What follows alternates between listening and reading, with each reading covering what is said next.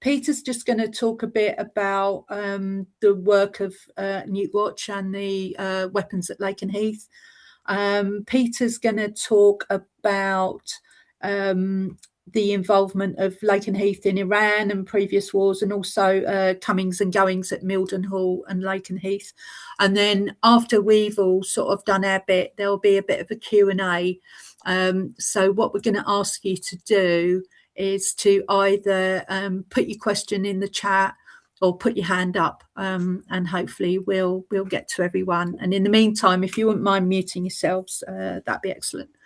Right, so just to start off with Lakenheath Alliance for Peace.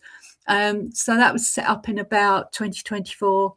And at the moment, we have around 64 organisations who are part of the Alliance, and I think we're getting on for like 600 individuals as well.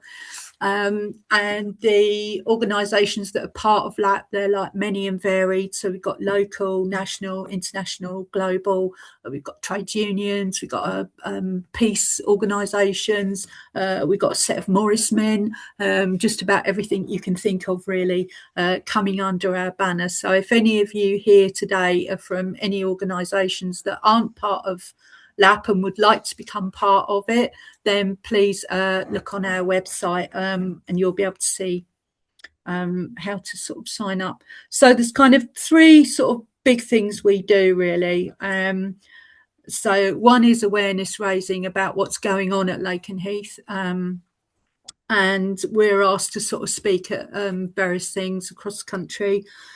We do vigils at the gate, so that's the third Saturday of every month from 12 till 2, and we go up there and we stick our banners up on the fence and we wave at people, and quite a lot of people do hoot their horns. We have had some rather choice insults out of people's car windows, but they can't stop and insult us personally, so they just tend to do it as they're driving past. But for the most part, it is really positive, and it's really important that we have a presence there so that people know that we're there and we're protesting about what's going on.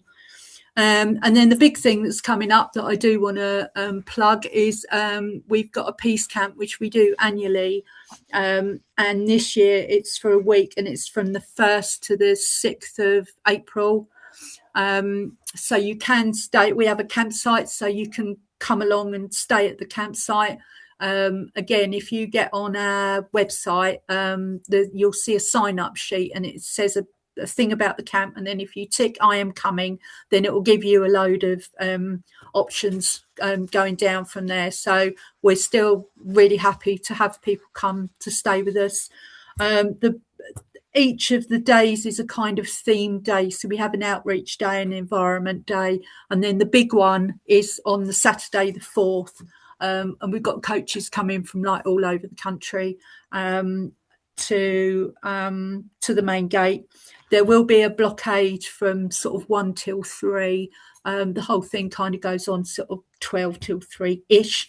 There'll be speakers, there'll be music, there'll be poetry, and there's a chance to, like, especially with what's going on at the moment. I mean, it's bad enough anyway, but with the current situation, you know, as many people we can get there as possible will be ideal. And we do have a transport team, so we can get you picked up from local sort of railway bus stations, etc., etc. So that is my kind of shameless plugging for LAP. So yeah, please do get on our website and have a look. You know, we'd be really happy to welcome you, and then you'll know what we're up to once you're on the email list. So with no further ado, I will move over to Peter, who's the lock, but with a bit of luck, he will turn into a presentation. So over to you, Peter. Okay, I hope you can all see that. You should be able to see a green screen with the Nukewatch logo and a phone number on it. Yeah, we can see that. Yeah. Brilliant, thank you. So apologies that for some reason Zoom won't let me materialize and be visible for this presentation. You've got a lake instead. Those of you who know me will assert that you know, you've got the better end of the deal without me there. So thank you very much indeed to Joe and to Pete for the invitation tonight. I'm just going to talk a little bit about Nukewatch and what Nukewatch does, and how long we've been going.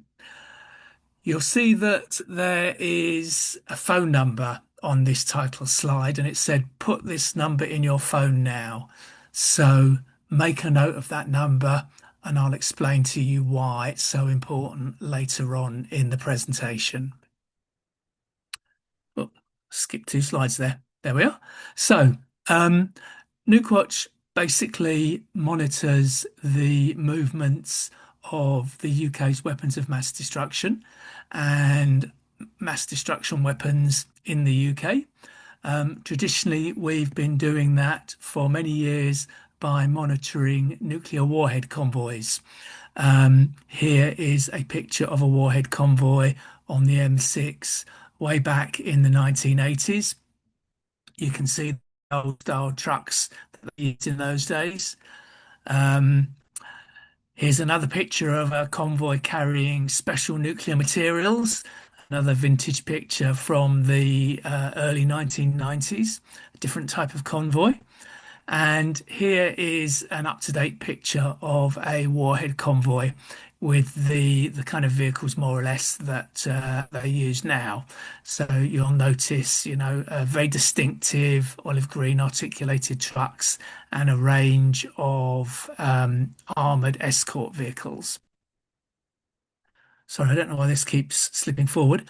Why is it that we want to monitor warhead convoys?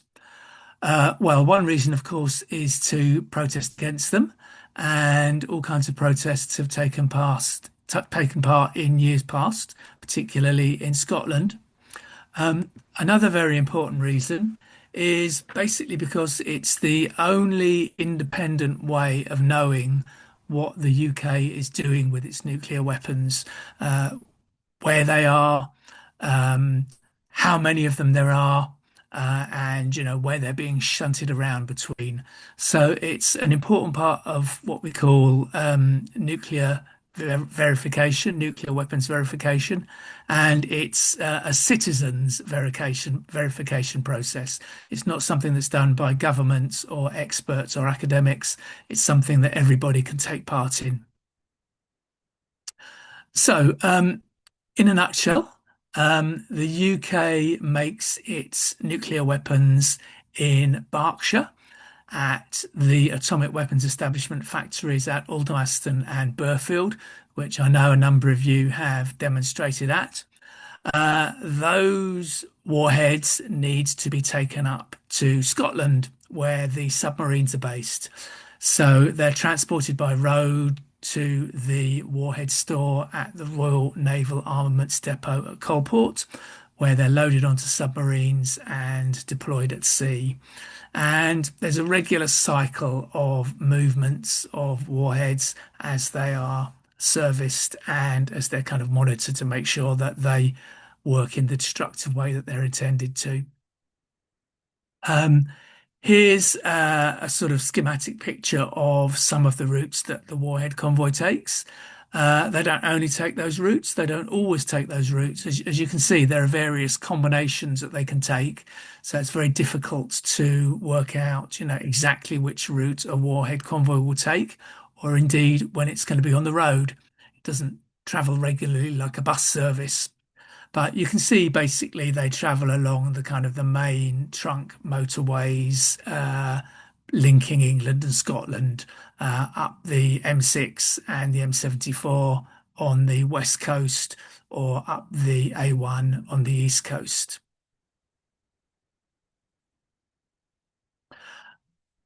As well as warheads, then these convoys are also used to transport special nuclear materials. So these are Ministry of Defence radioactive materials that are necessary as, if you like, parts of the nuclear warhead, or to make a nuclear explosion happen. So radioactive short life components like tritium or other special components, or other radioactive bits and pieces. And these are transported between Aldermaston and Burfield, and RAF Brize Norton near Oxford, to the Rolls-Royce submarine fuel factory in Derby, and also to Coalport and sometimes to other places as well. And as well as all these sort of final destinations, there are a variety of rest points, sort of stop-off points along the convoy routes where the convoy can go in and the drivers can have a rest, or if necessary, they can stop overnight.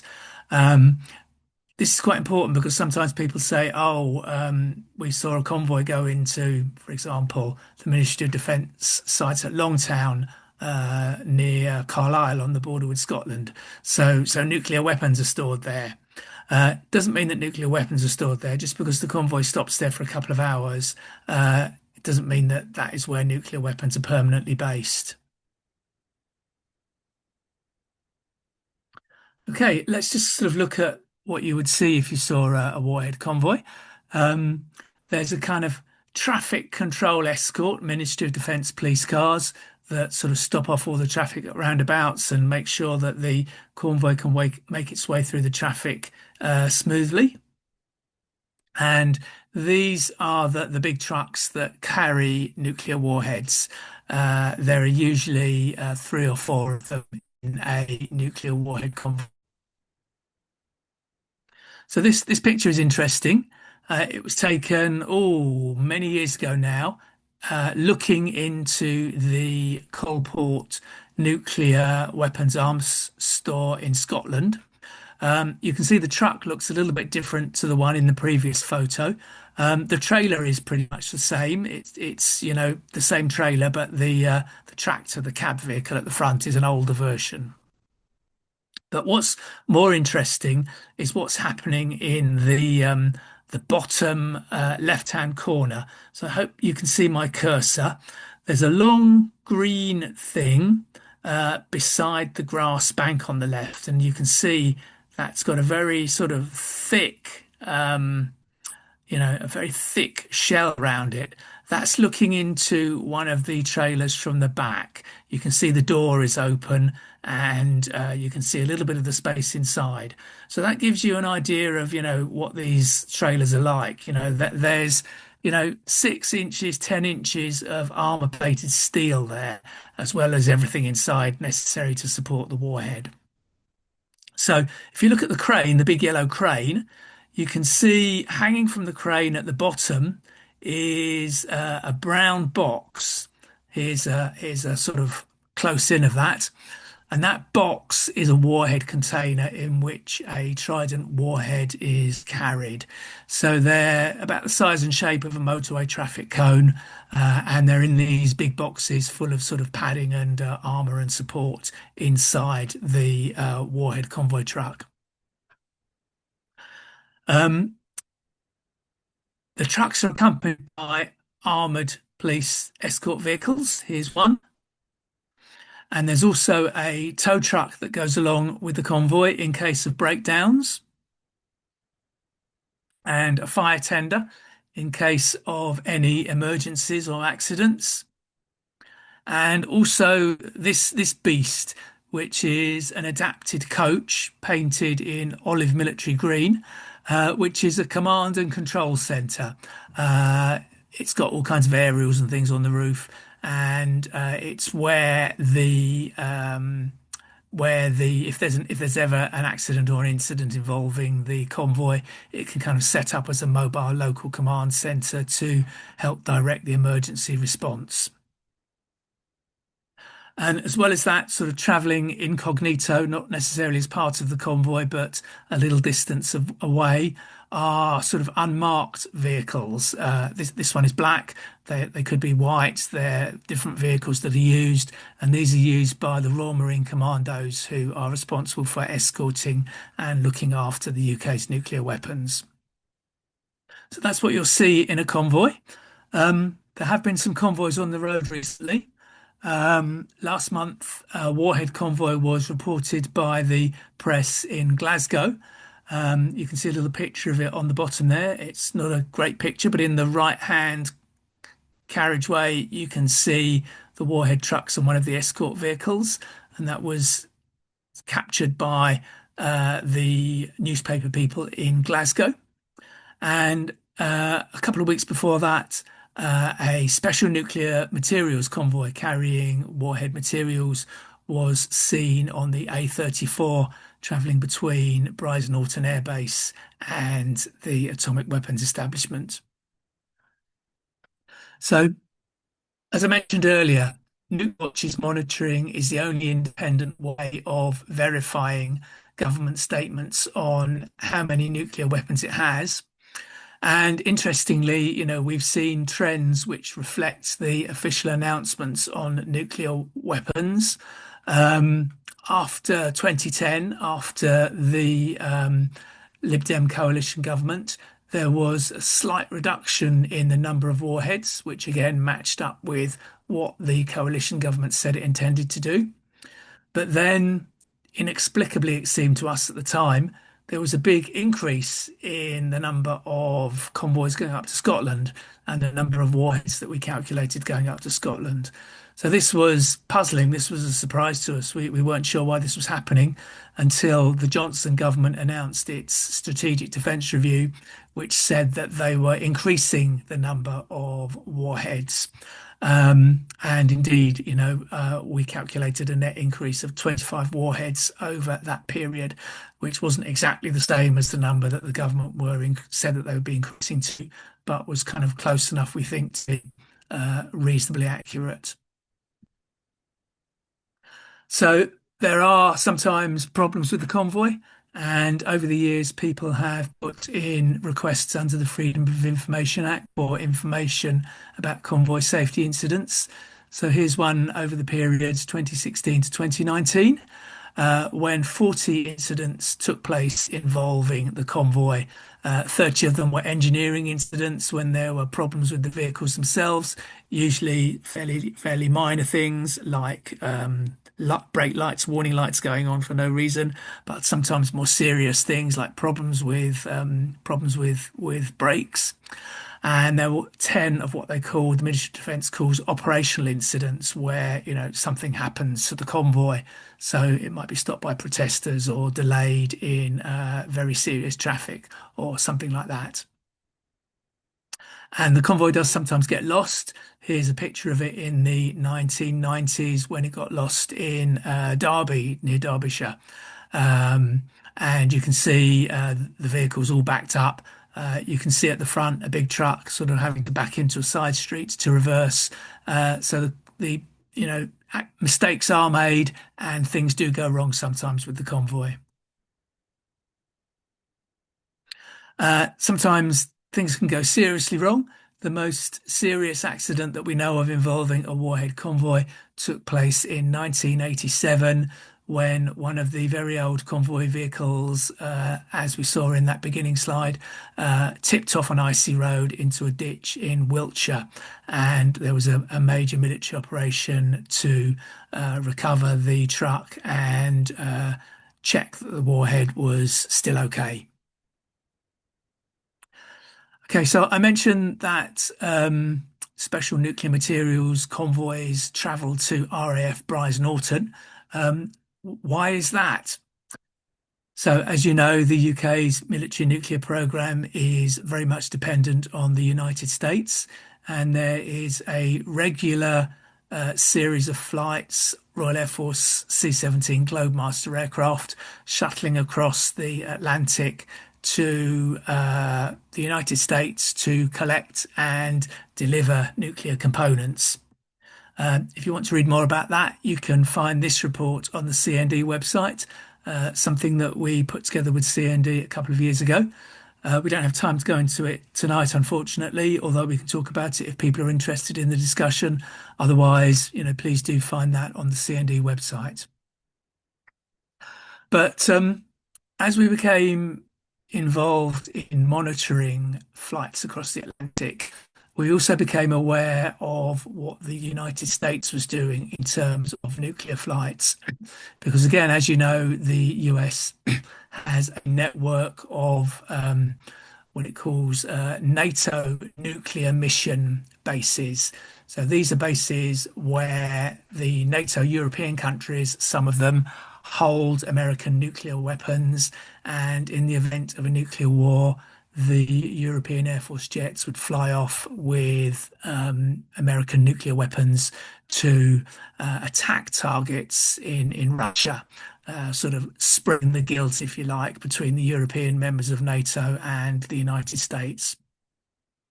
So this map is from a publication by the Federation of American Scientists, Hans Christensen and his folks over there who've done, amazing work in researching all of these topics. It's from the reports in the picture at the bottom of the page. It shows some of the previous and some of the current bases where European nuclear weapons are held. And as you can see, they're sort of spread all over Europe, from Turkey, Italy, the Netherlands, Belgium, Germany, and now RAF Lakenheath in East Anglia. So how do we know this?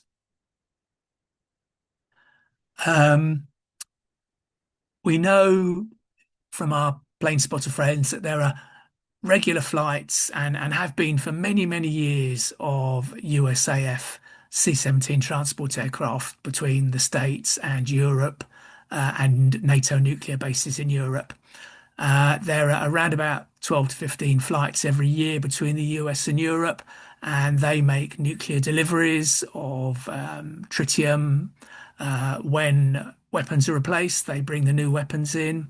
They take part in regular exercises, and they also take part in training missions for the pilots and also the ground crew in the bases. As well as the bases which actually host nuclear weapons in Europe, other bases are involved as well, which is a bit of a mystery. And we noticed that, for the past 3 or 4 or more years, really, Lakenheath has been involved in this. So we wondered, well, what's all that about? And there seems to be a gradual build-up of involvement of Lakenheath. There seemed to be increasing number of training flights and stop-offs there. So it's obvious that something was happening at Lakenheath. And this coincided with the announcement that the US was going to be replacing its nuclear weapons in Europe with a new version of the B-61 freefall bomb, which is based in Europe.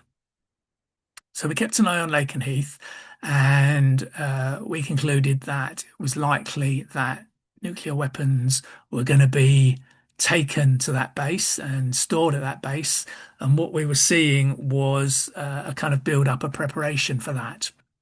And things came to a peak last year in the middle of July. And we were able to track a flight of a US C-17 transport aircraft from Kirtland Air Force Base in New Mexico, which is the hub, if you like, where the US Air Force sort of controls all its nuclear weapons from. It's the biggest nuclear weapons store in the world. So the flight flew across America, refueled over the Atlantic, and then flew on to the United Kingdom. And you can see it sort of flew over the West Country and then up to East Anglia, kind of more or less avoiding the kind of centres of population. And we were fortunate enough to have somebody able to watch what was happening there at Lakenheath. And this is what they saw. Apologies for the blurry picture. It was taken over a long range on a poor day with poor weather. But you can see clearly, I think, the C-17 aircraft, and you can see a range of people dotted around, on the hard stand around that vehicle. There's a security vehicle sort of more or less in the middle there, if you can see my cursor. And there is some kind of transport vehicle. Here, a bit hard to see, but underneath this engine of the aircraft is a vehicle with its lights on, and that is a fire engine. Now, this pattern of events coincides very closely with the US Air Force's procedures for unloading nuclear weapons from aircrafts. A week later, another flight came. Again, very high security. You can see armed police patrolling around the outside of Lakenheath, armoured security vehicles inside, and another vehicle arrived and unloaded another high security cargo. Maybe not nuclear weapons this time, but maybe other sort of sensitive, secure cargo related to the warheads. And again, we saw a number of sort of shuttles unloading from that aircraft, taking them to the hardened aircraft shelters where probably the nuclear weapons are stored. So that's why we think nuclear weapons are at Lakenheath. That's why it's important to go there at the beginning of April and demonstrate. And just conclude to say that Nukewatch needs you. We're a network, but there aren't many of us. We rely for most of our information for spottings and reports for members of the public who see the convoy when it's on the road. So that's why it's important to put that number in your phone now. Do please make a note of the number. If you're ever driving up and down a motorway and you see the warhead convoy or anything that looks like it, please telephone and let us know straight away. We also are keen to build up a network in the Lakenheath area. So if you live locally and if you can help with spotting at Lakenheath, let us know. You can contact us through the website, through the Nukewatch Twitter, and also from Facebook and Blue Sky. So thank you very much indeed for that. I'll stop sharing now. Thank you, Peter. Oh, that was really interesting. Actually, I learnt loads. I am one of those people who lives on the flight path for Lakenheath, and there's been a lot of, well, obviously activity lately, but it's kind of like now every time a plane flies over, I'm like, oh my God, what are they going to do? And it has been pretty relentless. I'm not, as Pete will tell you, I'm not an expert on planes whatsoever, but should I see that sort of convoy around locally, I will be sure to let you know. Anyway, moving on. So now Peter Lux, from also fellow LAP member, is going to talk a bit about what's going on the bases locally. Pete. Okay, I'm going to keep this very brief so we can have a time for questions and answers. But I think it's important to say what's been going on at Lakenheath. Usually we weren't tracking all the flights going in and out of Lakenheath and Mildenhall. Occasionally we would see the planes being deployed to an undisclosed location in the Middle East. They quite often keep a squadron of fighter jets out there just doing the regular bombing of Iraq and Syria, along with UK RAF planes as well. Then since January, we've had a very large number of flights, probably over 100 fighter jets have gone through Lakenheath, or were based at Lakenheath, have gone out to the Middle East. Along with those, there's been a lot of the big C-17 planes that you saw pictures of before. They've been going through Lakenheath. This is extremely unusual. As I said, fighter jets you may get every few months. You may get a squadron going out to the Middle East, but over 100 planes in a couple of months is we've not seen before. And the same with the C-17s. Occasionally you would get a C-17 if they're going out on deployment, but we've had, even in the last first few days of March, from 1st of March until now, we've had at least 16 C-17 planes going out to the Middle East. As well as that, there's Mildenhall, and the one in development there is there's something called the MC-130J. This is basically a plane which is a gunship, so has a lot of cannons and machine guns at the side, heavily used. It's in special operations. There are about 10 based at Mildenhall, but there's been another 12 or 13 have arrived in the last few days. We believe have only not been time to check this report, but apparently some of them have flown out today to undisclosed information. Problem with the fighter jets, the F-35s, the F-15s, is you can't track them on the normal plane tracking. What we rely on is basically plane spotters saying that they've seen them fly out, and then we can track the refueling planes. Those refueling planes usually come from Mildenhall. We can track where they're going. There's also people who have scanners which allow them to listen into the air traffic between the planes and the air traffic control, so they have more information.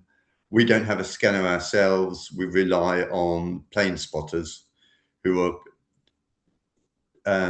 tend to be quite open with what they actually say. They're clamping down quite a bit more now that there's basically a war on. Other things like there's in, I think it was February. What date was it?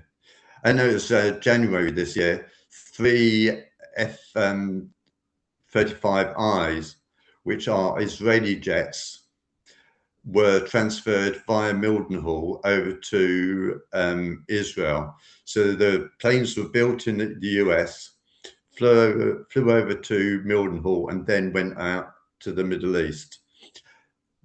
Although I've not seen this for a little while, it seems to be that that's quite a regular occurrence. About 3 or 6 a year will be supplied to the Israel, quite often via Lakenheath or Mildenhall.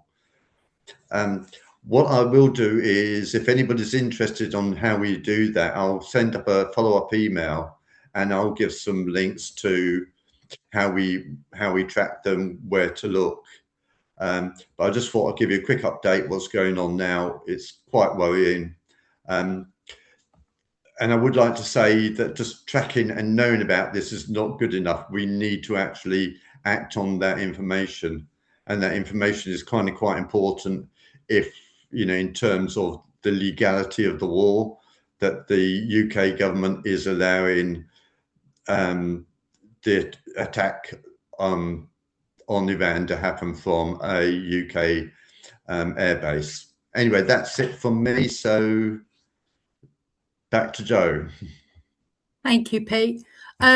So we got some time now for Q&As. So Pete is going to monitor the chat, and I am going to look for hands up. So if anybody wants to put their hand up or put a question in the chat, then please do.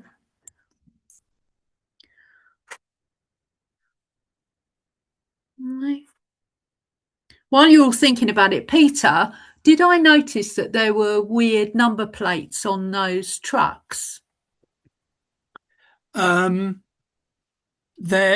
were weird. 20 years ago, they would have been weird. They're kind of more like the kind of number plates you see now, but they are military type number plates. Let me see if I can get one of the pictures for you. Yeah, I couldn't quite see properly, but they didn't look like I didn't know if they had yeah number plates. Have a look.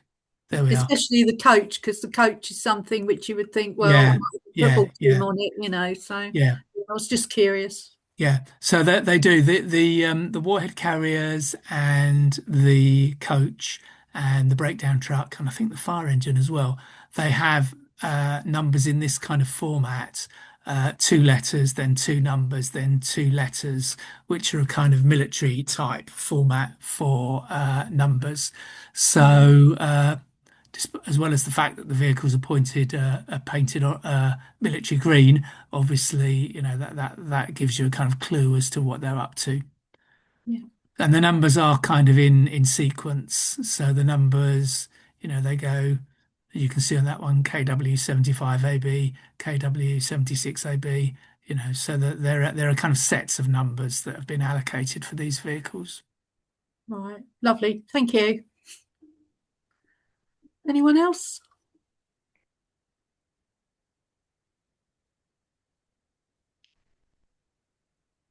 Oh, Jean, you've got your hand up. Yeah, do you just want to unmute yourself there? Yes, hello, Jean. I'm a part-time spotter in Scotland, or an occasional spotter. I just wanted to ask Peter Burt about how the lifespan of the warheads and how often they need to be taken away. The missiles, sorry.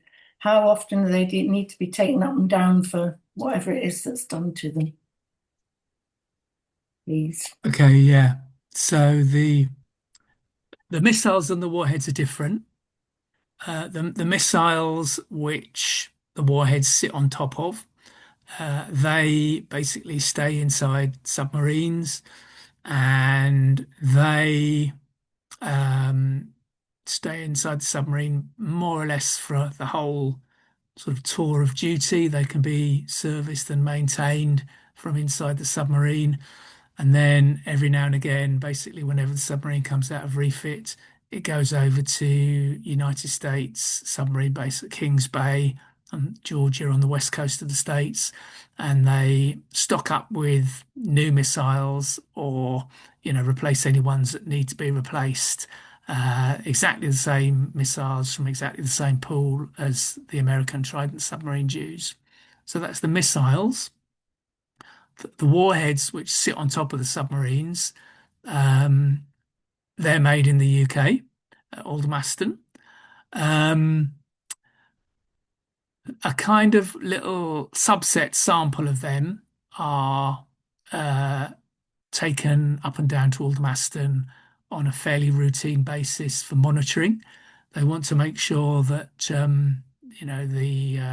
the components aren't decaying or going rusty, or the plastics and rubbers aren't perishing. That everything works in the same way it should. So they take down a kind of small subset sample of warheads every 2 or 3 months or so. Completely take it to bits, test everything, then put it back together again, and send it back up to Scotland.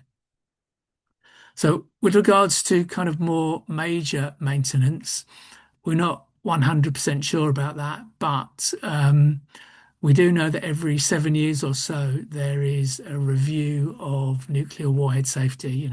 That's a kind of formal 7-year process. So they'll, on the basis of the monitoring they do, they will then decide whether any more important, any more serious, any more detailed or comprehensive upgrades are needed to the warheads, and they'll kind of do that then. Otherwise, as far as we know, they only really move the warheads up and down, in big batches when they're bringing new warheads into service or taking old ones out of service. And we saw, quite a big movement of warheads sort of round about the period 2018, 2022, 23, which was when they were completely refurbishing, completely rebuilding the warheads from the original UK Trident warhead into a new version called the Mark IV-A warhead type. So that was a big but, if you like, exceptional movement of warheads. So I don't know whether that's clarified or confused, but that's basically as much as we know about that, or as much as I know anyway. And by the way, to Jean and Nigel, Nuke on the call, thank you very much indeed for all of your sterling work over many years, because we wouldn't know any of this or be able to do any of this without your efforts. Thank you, Peter. Jean, did you want to come back, or did that answer your question? No, you're all right. Fine, right. Thanks very much. All right, thank you. Anybody else?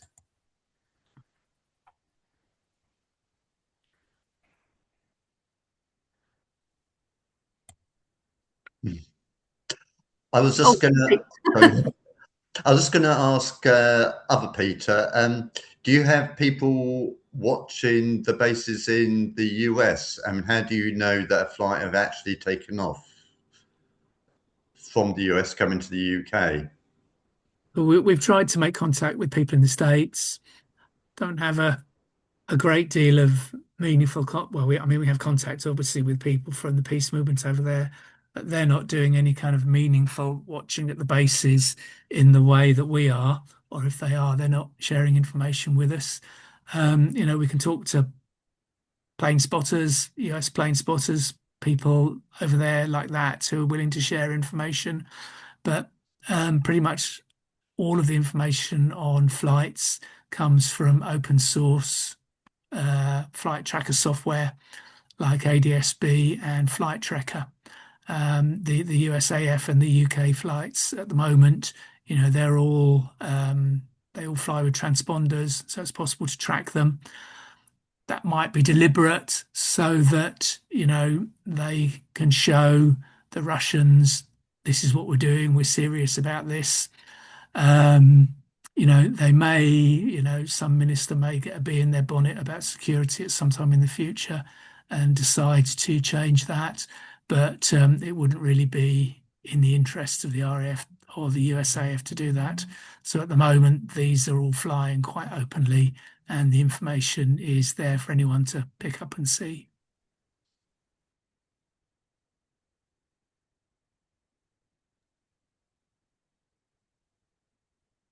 Thanks, Pete. Any more?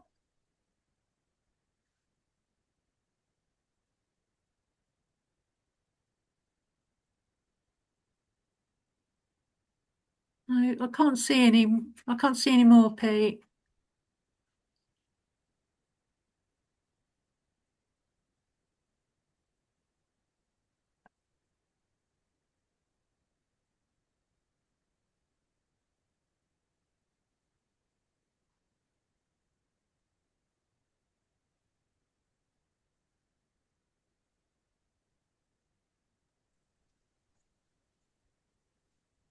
No, I can't see any more, Pete.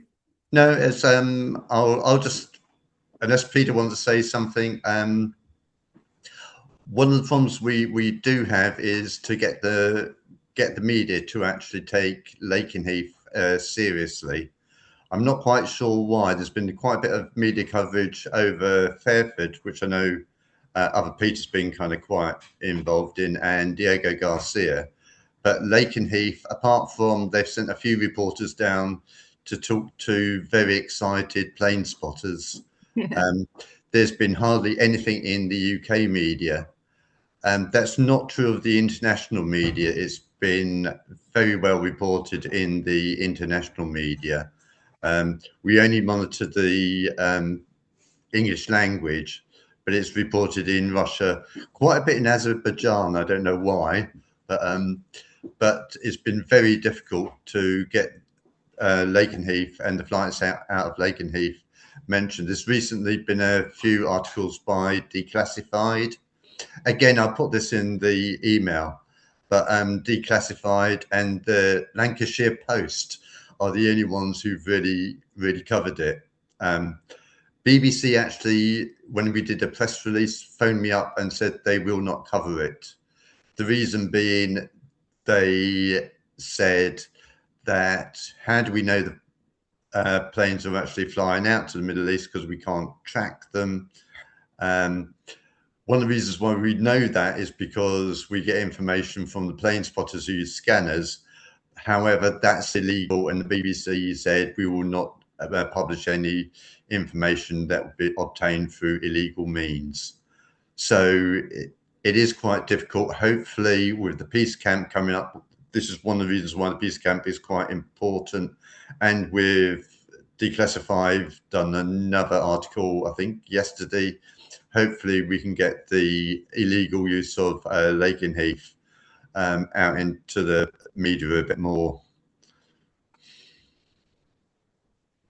Yeah, we also had the local news out at Marham, where our shiny new jets are going to be, and mostly that was just like the locals going, oh yeah, well, we feel a lot safer. So it's very difficult actually to get the message out sometimes. So yeah, do come and show up at Lakenheath, and let's make some noise.